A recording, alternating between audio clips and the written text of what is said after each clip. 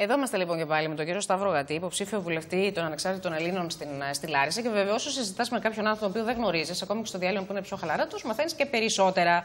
Διότι στο διάλειμμα συζητούσαμε, γιατί τα μαρτυράμε εμείς ότι λέμε στο διάλειμμα, κύριε Γατή.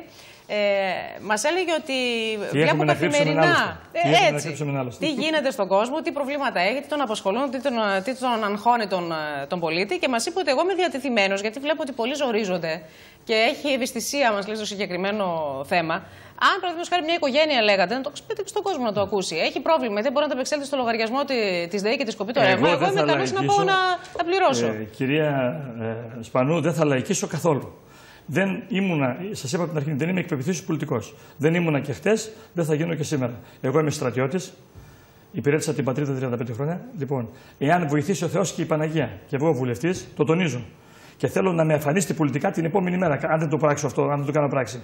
Ότι περνάει από το χέρι μου και πραγματικά με μια επιτροπή φτωχών, απαξιωμένων ανθρώπων του Δήμου και της Εκκλησίας, διαπιστώνω ότι κόβουν το ρεύμα των ανθρώπων από τη ΔΕΗ και ζουν κάτω από συνθήκες μεσαίωνα αυτοί οι άνθρωποι, αυτές οι οικογένειες. Εγώ θα το πληρώνω από τη βουλευτική μου αποζημίωση. Δεν την είχα χτες, δεν την έχω σήμερα, δεν θέλω να την έχω και αύριο. Ζω με αξιοπρέπεια, είμαι οικογενειάρχης άνθρωπος, η σύζυγός μου δουλεύει, τα παιδιά μου είναι τακτοποιημένα στην υπηρεσία μου, είναι πατρεμένα, έχω γίνει και παππούς.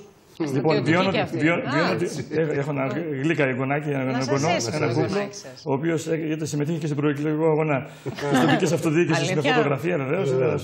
Φανταστικός εγγονός. Υπάρχει πιο ωραίο πράγμα.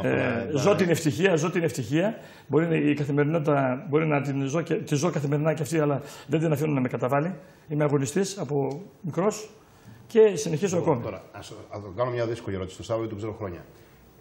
Υπάρχει ένας κόσμος, και το συζητάμε εδώ με τη Σοφία, που δεν είναι στρατιωτικοί, που λένε πάλι για τους στρατιωτικούς λεφτά, πάλι ξέρω εγώ τους δικαιώθηκαν από το Συμβούλιο της Επικρατείας. Και αρχίζει και λειτουργεί ο κοινωνικός αυτοματισμός. Το ακούω από πολύ κόσμο. Και από κόσμο, όχι μόνο κεντροαριστερούς και κεντροδεξιούς. Αυτό, κύριε Κολάτο. Τι γίνεται πάλι, αυτό μας έγινε Κύριε Κολάτο, έχουν καπηλευτεί κατά τον χειρότερο τρόπο τον κλάδο των ενόπλων δυνάμεων και των σωμάτων ασφαλείας. Καταρχήν μας αποκαλούν ένστολος. Δεν υπάρχει ένστολος. Υπάρχουν στελέχη των ενόπλων δυνάμεων και των σωμάτων ασφαλείας. Η αποστολή μας είναι να εξασφαλίσουμε. Όχι, δεν είναι έτσι. Θέλω εκεί πέρα να επιμείνετε. Σας παρακαλώ πάρα πολύ. Είμαστε στελέχη των ενόπλων δυνάμεων. Ο άνθρωπος ο οποίος φοράει μια τυπική στολή ξενοδοχείου είναι και αυτός ένστολος. Είναι εξωματικός. Έχει δηλαδή αποστολή να διαφυλάτει την ασφάλεια του κράτους. Σωστά, τώρα στον φοράνε και στα ξενοδοχεία οι στρατιωτικοί έχουμε αποστολή να διαφυλάτουμε και να εξασφαλίζουμε την ασφάλεια του κράτους, την εθνική κυριαρχία του κράτους. Οι αστυνομικοί και τα σώματα ασφαλείας και το λιμενικό και οι πυροσβεστικοί έχουν αποστολή να διαφυλάτουν το εσωτερικό του κράτους, ώστε να μπορεί ο Έλληνας αναπόσπαστος να εκτελεί τα καθήκοντά του την καθημερινότητα και να ασχοληθεί με την περιβόητη ανάπτυξη που την ακούμε και δεν έρχεται. Γιατί βλέπουμε μόνο κλειστά καφενεία στα χωριά που πάω. Ερήμωση, κατάντια. Ο κόσμος κλείνεται μέσα από τις 8 η ώρα το βράδυ. Οι αστυνομικοί δεν έχουν να βάλουν στα περιπολικά τους καύσιμα για να πάνε στα χωριά. Αμπελάκια 8 η ώρα το βράδυ, κλειστά όλα. Έρημα. Νιώθεις ότι ήρθε η καταστροφή. Νιώθεις ότι δεν υπάρχει τίποτα. Την κατάντια όμως βλέπω ότι την εισπράττει σε ένα κομμάτι, γιατί δεν το απαντήσαμε στο προηγούμενο. Και η Χρυσή Αυγή, δεν την εισπράττει μόνο. Θα έρθω εκεί πέρα, θα μου επιτρέψει να ολοκληρώσω για τα σώματα και τις άλλες δυνάμεις. Λοιπόν, το καπηλευτήκαν λοιπόν με τον χειρότερο τρόπο. Βγάλανε υπουργικές αποφάσεις παράνομες. 3 νόμους είναι 3 νόμοι οι οποίοι μας κάνανε μεγάλο κακό. Έτσι, είναι ο νόμος 40-20 του 11, ο 40-51 του 12 και ο 40-93 του 12. Αυτοί οι νόμοι είναι υπουργικές αποφάσεις παράνομες, οι οποίες έχουν ηλικιακά κριτήρια. Έτσι, και αυτό σημαίνει ρατσισμός. Υπάρχουν άνθρωποι οι οποίοι υπηρετούν στις ένοπλες δυνάμεις, αλλά στα ΟΕΚ, όπως είναι οι καταδρομείς, οι άνθρωποι οι οποίοι σε ηλικία 40 χρόνων είναι κατεστραμμένοι. Οι μέσεις έχουν σπάσει. Έχουν χτυπήσει αλεξίπτωτα βατράχια κτλ. Οι πιλότοι μας πετάνε με G. Το G ξέρετε τι σημαίνει. Αναστρέφει τον οργανισμό, το γυρνάει πίσω. Νιώθεις τα σωθικά σου να πηγαίνουν στην πλάτη πίσω. Λοιπόν, αυτοί οι άνθρωποι είναι σακατεμένοι. Όταν τα δίνουν όλα για την πατρίδα και είναι σακατεμένοι. Και έρχεται μετά η πολιτεία και λέει: είσαι κάτω από 45 χρονών, πάρα πολύ ωραία, σε βάζω μειώσεις, μειώνω το μισθό σου, σε κάνω. Μα να σας πω κάτι, όταν μπαίνεις στη γραμμή παραγωγής 16 χρονών και 19 χρονών, θα βγεις στα 53, θα έχεις συμπληρώσει 35 χρόνια. Ο δικηγόρος, ο λογιστής, αυτός που είναι στην εφορία και αυτός πιάνει δουλειά στο δημόσιο σε ηλικία 28-30 χρονών και φεύγει στα 60. Το ίδιο πράγμα είναι στην ουσία. Και δεν συγκρίνεται. Εγώ προσωπικά δεν υπάρχει πεδίο βολής και πεδίο ασκήσεων που δεν κοιμήθηκα έξω.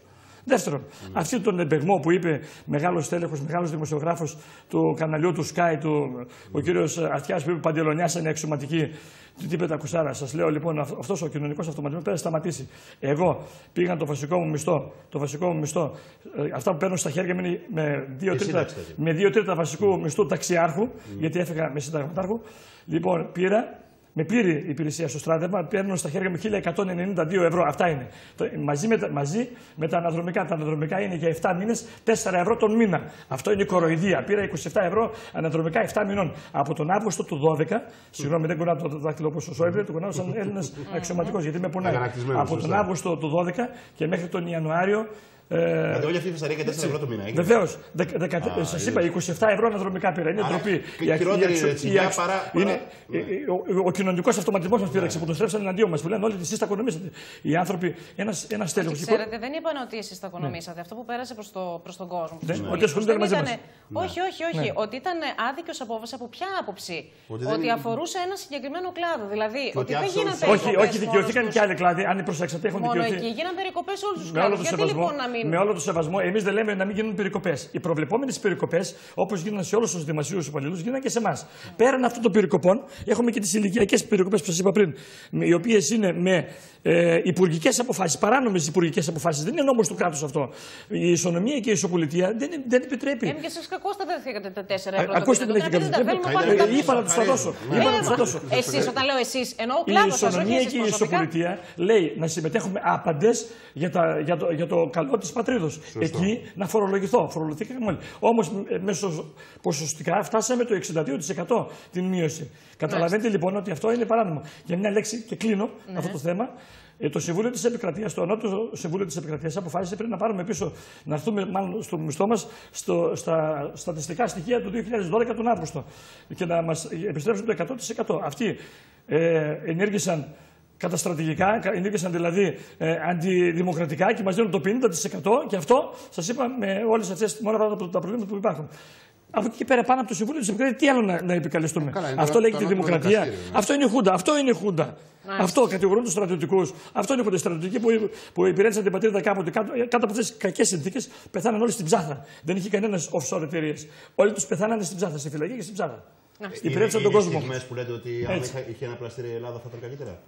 Μην με φέρετε στη θέση να το πω αυτό. Ξέρετε πολύ καλά ότι η απάντησή μου είναι η σιωπή μου. Έτσι, ακριβώς. Μάλιστα. Δεν μας είπε η Χρυσή Αυγή.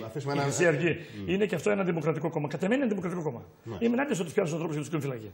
Να είμαστε εξηγημένοι. Όμως δεν μπορεί ένα δημοκρατικό κόμμα, οι πολιτευτές του, οι βουλευτές του, η κοινοβουλευτική του ομάδα να κινείται έξω στην πόλη, να πηγαίνει στις λαϊκές, να βρίσκει ανθρώπους οι οποίοι βγάζουν τον ορκάματο και επειδή είναι παράνομοι. Εγώ συμφωνώ κύριε Κολάτο, είναι παράνομοι. Υπάρχει αστυνόμευση, να έρθει η αστυνομία να το συλλάβει και να το κλείσει μέσα. Αν είναι δηλαδή, είναι δηλαδή ξένος, ο οποίος ήρθε στην Ελλάδα, μετανάστης, ο οποίος δεν είναι νόμιμος και αναπτύσσει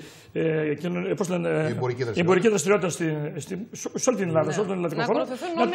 Να έρθει η αστυνομία να το συλλάβει. Δεν μπορεί όμως να βρίζεις τον κόσμο στον δρόμο, να τον κλουτσάς, να τον λιδωρείς και να νιώθεις ότι κάνεις κάτι το καλό, κάτι το σωστό. Ο κόσμος έχει κρίση, έχει μυαλό, έχει αντίληψη. Επανήλθαν οι εποχές του ότι εγώ είμαι το χεριό σου εμπλακώνω στο ξύλο και εσύ δεν μιλάς καθόλου. Οι διαφορές λύνονται με το μυαλό σήμερα, με τη γλώσσα και με τη γνώση. Καλή επιτυχία, καλή δύναμη, καλό κουράγιο. Σας ευχαριστώ πάρα πολύ που με φιλοξενήσατε. Σας εύχομαι κάθε επιτυχία σε αυτό το υπέροχο μεγάλο κανάλι που έχετε. Και εάν πολιτικά το τονίζω, δεν εφαρμόσω αυτά που λέω, να με αφανίσετε από την πολιτική σκηνή. Αυτό είναι λόγος πολιτικού ανδρός. Εγώ δεν στρέφομαι προσωπικά σε κανέναν, όμως με πολιτικούς άντρες οι οποίοι δεν τηρούν το λόγο τους, εκεί έχω κάθε δικαίωμα να το καυτηριάζω και να το ονών νοήτο. Έτσι. Ευχαριστούμε πολύ κύριε Κατή, να είστε καλά.